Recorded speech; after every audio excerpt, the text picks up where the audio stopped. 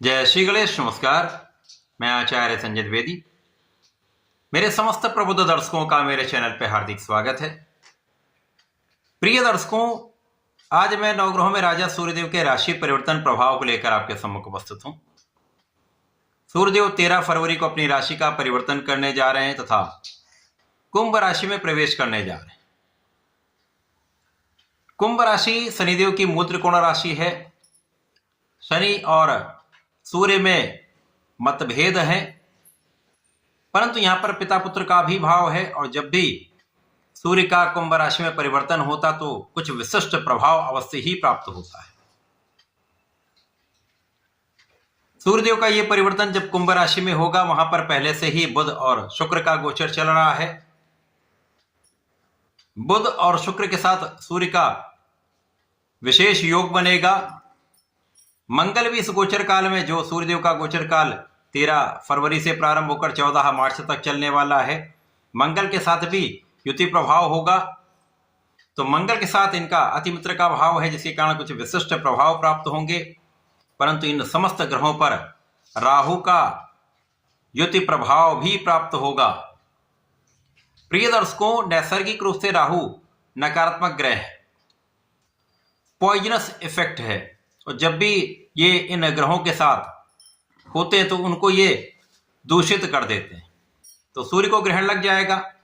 अब जब सूर्य को ग्रहण लगता है तो उनका जो कारकत्व है तथा जिस भाव के ये स्वामी हैं वो निर्बल हो जाए।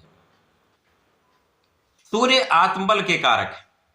कॉन्फिडेंस जो होता है वो सूर्य से आता है, पिता के कारक है। राजतंत्र, शासन प्रशासन, राजनीति, अनुशासन के कारक सूर्यदेव हैं, नेतृत्व के कारक सूर्यदेव हैं। तो ये समस्त कारक भाव प्रभावित होते हैं तथा सूर्य जिस भाव के स्वामी वो भाव निर्बल होता है। परंतु सूर्य राजा है, ज्यादा समय इन पर ग्रहण का प्रभाव नहीं होता है। तो जब तक ये ग्रहण में रहेंगे तो ये भाव इफेक्टेड होंगे, परंतु उसके पश्चात कुछ विशिष्ट प्रभाव भी, कुछ विशेष लाभ भी प्राप्त अवश्य होंगे। प्रिय दर्शकों, आज मैं धनु राशि के लिए सूर्य के इस राशि परिवर्तन का, इस समय में मिलने वाले लाभ का तथा इस समय में राहु से दूषित प्रभाव का किस प्रकार का परिणाम प्राप्त होने वाला है, यदि कहीं अवरोध या समस्या है तो उसका क्या निवारण है, संपूर्ण विश्लेषण मैं पूर्ण तर्क के साथ करने जा रहा हूं। प्रिय दर्शकों, इस राशिफल को आप अपने लग्न तथा राशि दोनों के अनुसार देख सकते हैं। अब धनु राशि के लिए यदि हम अवलोकन करें तो आपके तृतीय भाव में ये गोचर आरंभ हो रहा है। सूर्य भाग्य के स्वामी होकर तृतीय भाव में, जो पराक्रम का भाव है, यहां पर इनका गोचर आरंभ होगा। यहां पर सबसे विशिष्ट स्थिति यह बन रही कि जो धनु राशि के स्वामी गुरुदेव बृहस्पति, उनका सूर्य के साथ अतिमित्र का भाव है। सूर्य के गुरु गुरुदेव बृहस्पति हैं, जिनका गोचर सप्तम भाव में चल रहा है, केंद्र के भाव में होकर इनकी दृष्टि का प्रभाव इस भाव पर भी होगा, सूर्य पर भी होगा और राहु को भी ये नियंत्रित कर देंगे। और राहु तृतीय भाव में अच्छा प्रभाव देते हैं, यहां पर कोई संदेह नहीं। तो धनु राशि के लिए यह समय कुछ विशेष प्रभाव देने वाला है। इस समय में आपका पराक्रम बहुत अच्छा रहने वाला है। यहां पर भाई का सहयोग निश्चित रूप से प्राप्त होता है। यहां पर आपका बुद्धि बल भी अच्छा होगा। यहां पर आपके नेतृत्व की क्षमता बहुत अच्छी होगी। यहां पर वाणी का प्रभाव बहुत अच्छा होगा। यहां पर आपके ऐश्वर्य वैभव में निश्चित रूप से वृद्धि का योग बन रहा है। अब इस समय में आपकी वाणी अच्छी होगी, परंतु वाणी पर भी तथा वाणी के स्वामी जो कारक हैं उन पर भी राहु का प्रभाव है। तो इस समय में विचार करके बात करें, जो भी बात करें बहुत संयमित होकर बात करें। कोई भी निर्णय लें विचार विमर्श करके, धैर्य के साथ निर्णय लें तो समस्याएं नहीं आएंगी। और प्रारंभ में जैसे ही सूर्य का ये परिवर्तन 13 फरवरी को होगा, 12-13 दिन तक कोई विशेष समस्या नहीं होगी, परंतु उसके पश्चात जब ये पूर्ण रूप से ग्रहण में होंगे तो इनका कार्यकत्व तथा भाग्य का भाव प्रभावित होगा। और उसके पहले, उसके पश्चात आपका भाग्य भी अचानक प्रबल हो जाएगा सूर्य के परिवर्तन के पश्चात ही, क्योंकि सूर्य की सीधी दृष्टि का प्रभाव अपने भाव पर है। और ज्योतिष का नियम है, जब कोई ग्रह अपने भाव को, अपने राशि को देखता है तो उसके प्रभाव को कई सौ गुना प्रबल कर देता है। और आकस्मिकता के कारक राहु है। तो ऐसे में आपका अचानक भाग्य प्रबल हो जाता है। बहुत सारे ऐसे काम आपके अचानक बन जाते हैं जिनके बारे में आप सोच नहीं सकते। अनएक्सपेक्टेड चीजें हो जाती हैं जो आपके लिए अत्यंत लाभकारी हो सकती हैं। विशेष रूप से कार्य क्षेत्र के भाव में, कार्य क्षेत्र में अचानक ही प्रगति हो सकती है। कार्य क्षेत्र में अचानक ही पद का लाभ मिल सकता है। राजनीति में नए अवसर मिल सकते हैं। कार्य क्षेत्र का विस्तार हो सकता है। आपके अधिकार क्षेत्र का विस्तार हो सकता है। और क्योंकि आपके अंदर नेतृत्व की क्षमता है, वहां पर राहु का गुण आ गया, तो आप बहुत कूटनीतिक ज्ञान आपका प्रबल हो जाता है। आपकी राजनीति बहुत प्रबल हो जाती है और इस क्षेत्र में आप येन केन प्रकार समस्त लाभ प्राप्त करते हैं। तो कार्य क्षेत्र आपका अच्छा रहने वाला है। प्रारंभिक समय में लोगों का सहयोग भी मिलेगा और आपकी बनाई हुई योजनाएं, आपकी गणनाएं श्रेष्ठ प्रभाव देने वाली, क्योंकि गुरुदेव बृहस्पति का लग्न पर प्रभाव है। तो आप ज्ञानवान तो हैं, आप फोकस्ड भी हैं। और धनु राशि का नियम ही है, ये लोग जन्मजात, इनके अंदर धैर्य होता है, ज्ञान होता था, ये अपने लक्ष्य पर फोकस्ड होते हैं। तो यदि ये सारी चीजें इस समय काम कर रही हैं और इस समय अचानक ही कुछ ऐसे सकारात्मक प्रभाव प्राप्त हो जाते हैं, तो जीवन के बड़े लाभ आपको प्राप्त हो सकते हैं।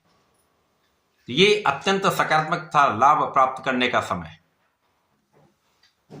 इस समय में जिनके पास नौकरी नहीं है उनको अचानक नौकरी मिल सकती है, या नौकरी कर रहे हैं अचानक नए अवसर मिल सकते हैं। कुछ परिवर्तन के साथ अच्छा लाभ आपको प्राप्त होने वाला है। जब ग्रहण का प्रभाव आरंभ होगा, सूर्य दूषित हो जाएंगे, तो यहां पर कुछ आपका आत्मबल प्रभावित होगा। तो आपको धैर्य रखना है। यहां पर किसी प्रकार के भ्रम में नहीं पड़ना, क्योंकि राहु भ्रम उत्पन्न कर देते हैं। लोगों के विचार में असमानता आ जाती है। जो व्यक्ति आपके साथ पहले बहुत अच्छा व्यवहार कर रहा होता है, वो हो सकता है उसका व्यवहार कुछ बदल जाए। जिन लोगों के साथ आप व्यापार कर रहे हैं, जिन लोगों के साथ आप प्रोफेशन में हैं, उनके व्यवहार में कुछ परिवर्तन हो सकता है। इसी प्रकार से इस समय में सोच विचार कर आप कार्य करें, किसी के बहकावे में ना आए, क्योंकि राहु का प्रभाव होता किसी अन्य से समस्याएं उत्पन्न करवाता है। और इस समय में यदि आप अपने बुद्धि बल का उपयोग कर लेते हैं, धैर्य के साथ अपने ज्ञान का समुचित उपयोग सही दिशा में करते हैं, तो बड़ी समस्या नहीं आने वाली, क्योंकि बुद्धि के कारक भी साथ में है और उन पर भी गुरु का प्रभाव। तो बुद्धि तो बहुत अच्छी है, केवल सही दिशा निर्धारण आपको करना है। सोच विचार कर बोलना है, विचार करके निर्णय लेने हैं, और निर्णय ऐसे होंगे जो आपको लाभ भी दे सकते हैं। और यदि कहीं पर आप भ्रम में आ गए, समस्या में आ गए, या किसी के प्रभाव में आ गए, तो समस्याएं दे सकते हैं। तो इस समय में अच्छा प्रभाव प्राप्त हो सकता है। केवल अपने आप को संतुलित रखना है, अपने आत्मबल को प्रबल रखना है, नियमित रूप से सूर्य को जल देना है, ओम घड़ी सूर्याय नमः का जप करना है, जिससे आपका आत्मबल प्रबल रहेगा। और जब आपका कॉन्फिडेंस अच्छा होता है तो आप निर्णय बहुत अच्छे करते हैं, सकारात्मकता आ जाती है, और गुरु इस प्रभाव को कई गुना बढ़ा देते हैं। तो राहु का दुष्प्रभाव भी कम होने लगेगा।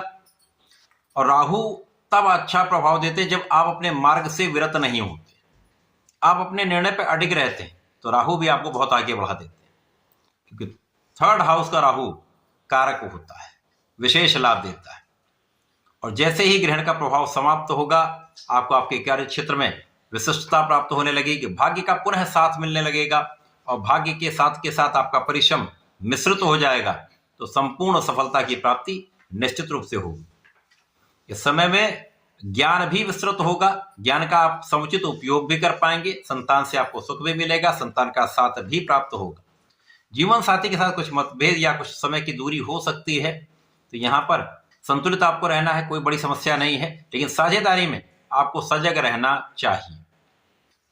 व्यापार में उन्नति होगी, व्यापार में विस्तार से आपको धन का भी लाभ होगा, कोई बड़ी समस्या नहीं है, केवल ध्यान देने की आवश्यकता है। विशेष रूप से कला क्षेत्र के जातकों के लिए एक्टिंग, सिंगिंग, डांसिंग, डायरेक्शन तथा लेखन में बड़े अवसरों की प्राप्ति अचानक हो सकती है। देश विदेश से अच्छा अवसर आपको मिल सकता है। तो ये समय अच्छा है। समय का समुचित उपयोग करने के लिए गणपति महाराज के ओम गंगणपतये नमः का जप करें तथा प्रत्येक दिन हनुमान चालीसा का संध्या के समय पाठ करें। ओम नमो भगवते वासुदेवाय का 108 बार नित्य जप करें। संपूर्ण कार्य सिद्ध भी होंगे, समस्याएं समाप्त होंगी। तो ऐसा करके इसका उपयोग करें। धन्यवाद, नमस्कार।